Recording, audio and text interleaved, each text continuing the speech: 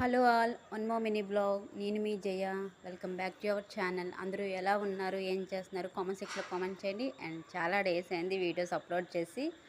I miss you. మీరు కూడా miss అవుతున్నారా? కామెంట్ సెక్షన్లో కామెంట్ చేయండి. అండ్ వైజాగ్లో అయితే ఫుల్గా వర్షం పడుతుందండి. మధ్యాహ్నం 12కి స్టార్ట్ అయింది. సో 4:20కి అలా తగ్గిందనమాట. పిల్లల్ని స్కూల్ నుంచి కూడా తీసుకొస్తాము.